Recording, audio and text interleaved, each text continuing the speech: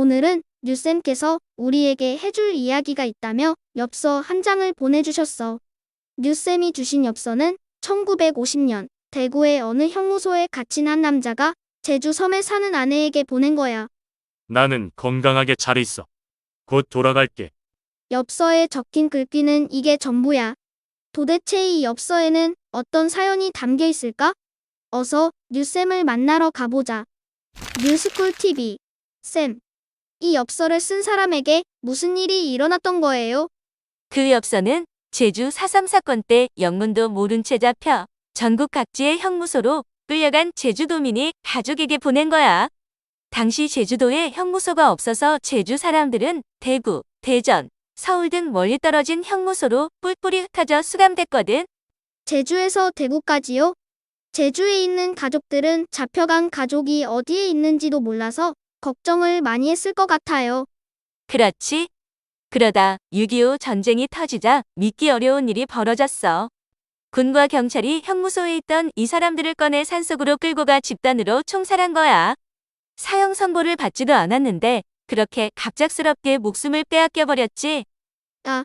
엽서에선 곧 돌아가겠다고 약속했는데 어쩌면 좋아요? 참 안타깝지? 가족들은 그 소식을 아주 오랜 세월이 흐른 뒤에 알았어. 심지어 지금까지도 진실을 알지 못하고 사는 분들도 있지. 이 엽서에 이렇게 슬픈 사연이 담겨 있는 줄 몰랐어요. 그래. 이 엽서는 수십 년 동안 낡은 서랍 속에 고이 접혀 있었대. 엽서를 쓴 사람의 딸은 어머니가 그 엽서를 평생 서랍 속에 간직하는 걸 보며 부질없다고 생각했대. 그런데 사실 이 엽서는 제주에서 일어난 비극적인 역사를 기억하기 위한 아주 중요한 자료가 됐어. 쌤, 그런데 저는 4.3 사건을 취재할수록 더 많은 의문이 생겼어요. 왜 하필 제주에서 이런 비극적인 일이 벌어진 걸까요? 그 이야기를 제대로 하려면 제주를 넘어서 당시 세계 전체를 들여다봐야 해. 시계를 1945년으로 돌려보자. 독일, 일본 같은 나라들이 항복하면서 제2차 세계대전이 끝났어. 그때 우리나라도 일본에서 해방된 거잖아요. 맞아. 8월 15일 광복을 맞았지. 그런데 전쟁이 끝나자 새로운 긴장이 시작됐어. 전쟁을 함께 이긴 두 나라, 미국과 소련이 서로를 경계하기 시작한 거야. 이 두 나라는 생각하는 방식 자체가 달랐거든. 어떻게요? 미국은 개인이 자유롭게 경쟁하며 자기가 벌거나 물려받은 돈을 가질 수 있게 하는 자본주의를, 소련은 개인의 재산을 인정하지 않고 국가가 평등하게 관리하는 공산주의를 내세웠어. 처음에는 말로만 서로를 비방했지만 미국과 소련의 갈등과 경쟁은 갈수록 심해졌어. 결국 전 세계 다른 나라들을 자기 편으로 끌어들이는 경쟁을 벌이기 시작했지. 이걸 냉전이라고 불러. 총을 쏘며 싸우는 이른바 뜨거운 전쟁을 벌이지는 않았지만 차갑게 대립했다는 거야. 총소리만 나지 않았지 실제로는 전쟁과 다를 바 없었다는 거네요. 그래. 그런데 이 냉전이 우리나라를 역사의 소용돌이로 밀어넣고 말았어. 일본이 물러간 한반도를 미국과 소련이 나눠서 관리하기로 했거든. 미국은 남쪽을, 소련은 북쪽을 맡았지. 그렇게 38선을 경계로 남과 북이 갈라지기 시작했어. 남북 분단이 그때부터 시작됐다고 봐야겠네요. 정확해. 그리고 그 과정에서 제주도가 엄청난 비극의 한가운데 놓이게 된 거야. 그런데 사실 제주도는 따로 떨어져 있는 섬이잖아요. 그때는 서울에서 제주도에 가는 것도 쉽지 않았을 것 같은데요. 광복 직후 제주도는 다른 어느 지역보다 자치 역량이 강했어. 학교 자치 활동할 때 그 자치요? 그래. 배운 걸 잘 기억하고 있구나.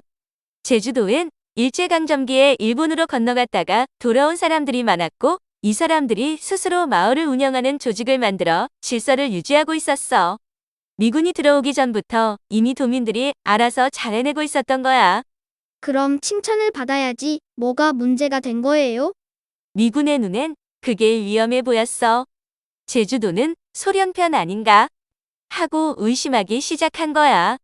냉전의 시대엔 내 편이 아니면 적이라는 논리가 지배했으니까.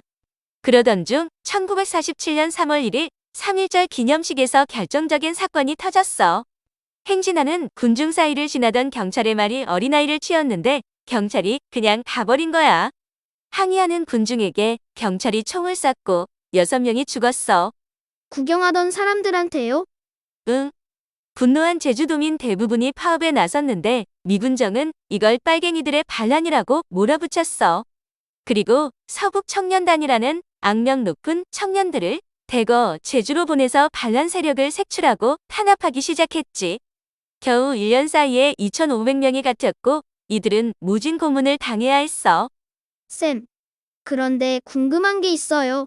1947년에 이미 사람들이 죽고 탄압이 시작됐다고 하셨잖아요.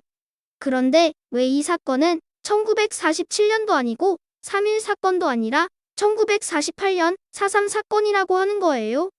오, 날카로운 질문인데 왜 1947년이 아니라 1948년이냐면 1947년 3.1절 발포 사건은 불시에 불과했기 때문이야.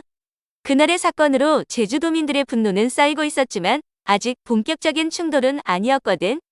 1948년 4월 3일은 실제로 무장봉기가 시작된 날이야. 역사에서 사건 이름은 보통 그 충돌이 본격적으로 터진 날을 기준으로 붙이거든. 1947년부터 쌓이고 쌓인 게 결국 1948년에 폭발했다고 볼 수 있지. 그런데 왜 4월 3일이었을까요? 바로 그 시점이 남한만의 단독 선거를 앞두고 있던 때였거든. 단독 선거요? 그게 뭐예요? 원래 미국과 소련은 하나의 대한민국 정부를 세우기로 했었어. 그런데 서로 양보를 안 한 거야. 결국 유엔이 나서서 남북이 동시에 선거를 하자고 했는데 소련이 거부했어. 그러자 미국은 그럼 남한만이라도 선거를 하겠다고 밀어붙인 거야. 그렇게 1948년 5월 10일 남한만의 단독 선거일이 정해졌어. 그럼 제주에서도 선거를 치르기로 했겠네요. 응. 그런데 잘 들어봐. 전국 200개 선거구에서 선거가 치러졌는데 제주도의 3개 선거구 가운데 2곳이 투표수 과반수 미달로 무효 처리됐어. 단독 선거로 대한민국이 둘로 쪼개질 거라고 생각한 제주도민들이 투표소에 가지 않은 거야. 이건 남한 전체에서 제주가 유일했어. 아, 그럼 미군정은 제주도 사람들을 더 크게 의심했겠네요. 소련 편이라고요. 그렇지. 그해 8월 대한민국 정부가 수립됐고 새 정부는 제주를 적으로 규정했어. 그리고 토벌 명령이 떨어졌지. 군인과 경찰이 마을마다 들이닥쳐 총을 들지 않은 민간인들까지 죽이기 시작했어. 어린아이도 노인도 아무것도 모르는 평범한 사람들도.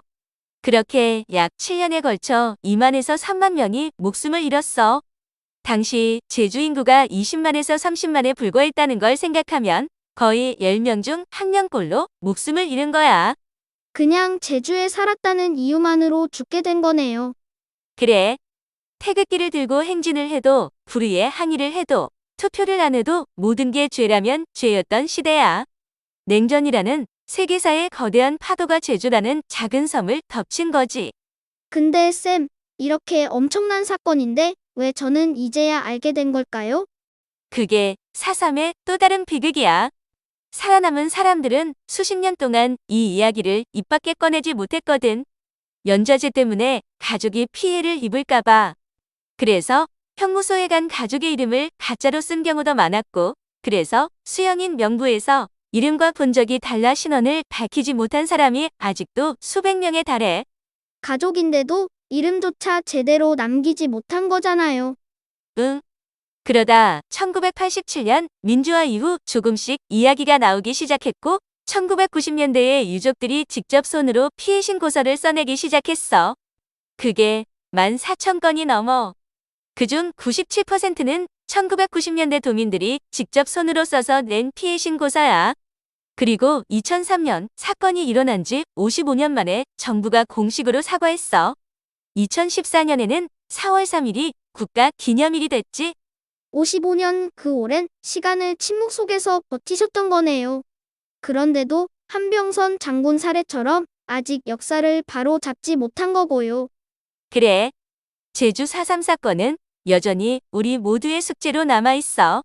우리 모두가 4.3을 기억하고 잘못된 역사를 바로잡는 데 힘을 보태야 해. 아직 갈 길이 멀지만 진실을 향한 발걸음은 계속되고 있다는 사실을 잊지 마.